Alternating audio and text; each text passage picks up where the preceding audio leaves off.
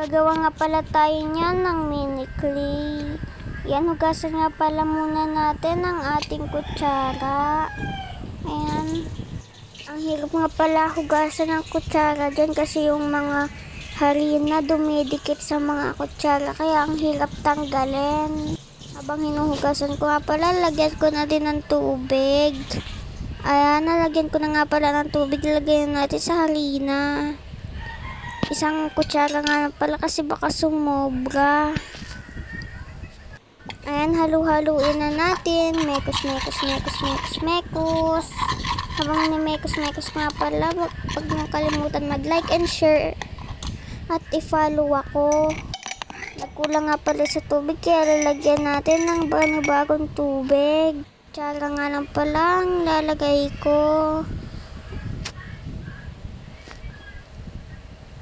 Lagay na nga pala natin. Tapos imekos-mekos na natin. Tulad nito oh.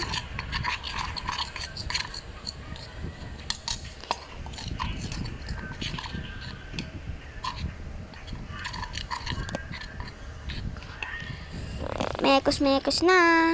Imekos nga ng imekos. Habang minimekos ko at parang nasobrahan yata sa tubig. Ay naku, baka filled na naman itong gagawin ko.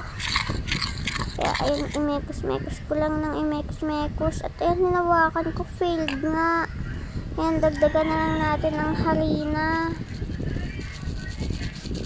Buti na lang meron pa akong harina na tira. Ayan, at hawakan natin, sumobra nga siya. Kaya ayan, imekos lang natin ng imekos para matanaw nyo kung filled ba o hindi. Lagyan nyo lang ng harina dyan sa may platito at dyan ko na lang imekos yung ating clay. At ayan, habang minimekos ko, please follow nyo ako. At ayan, mekos lang natin dyan sa may platito. Mekos. Yan, habang minimekos ko nga pala yan. Apakainit kaya pinagpapawisan talaga ako ng sobra.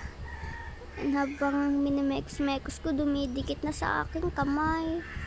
Maghuhugas din naman ako mamaya at malinis din ang aking kamay. Naghugas din kasi ako bago ako humawak niyan eh. Ayan, mekos na natin. Halo na nga pala natin yan. Ibilog muna natin at ihalo sa may malaking clay. Ito nga pala ang malaking clay na ginawa ko kanina. Palapadin lang natin ng palapadin. Tapos ilagay natin yung pabilog na ginawa natin at isarado. Katulad niyan, hindi nga pala masyadong nakikita eh. Yan, ganyan lang. Napakadali lang din naman kasing gumawa ng clay. Pwedeng sa pulbo at harina at cornstarch. Wala nga akong cornstarch eh. Bibili pa nga lang ako ng cornstarch pero may harina ako. Ayan, hugas nga pala muna tayo ng kamay kasi napakadikit.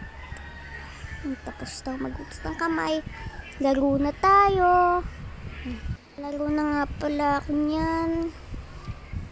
Habang naglalaro ako, napakaganda niyang laruin. Sarap din niyang hawak-hawakan. Katulad niya no. Nga pala, kuha na tayo ng gunting. Yan. Kumuha nga pala ako ng gunting dyan. At ayan, laruin na natin.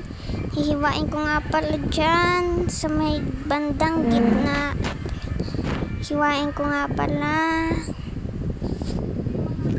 Hiwa lang, tas bubukahin ko. Parang ganyan. Huwag kayong bastos ha. Ayan yung aking ginagawa kasi sisilipin ko yung aking ginawang pabilog kanina. Ayan nga pala. Ayan. Sarado na natin yung ating hiniwa. Tulad nyo, no? Ganyan lang. Yun lang. Bye-bye!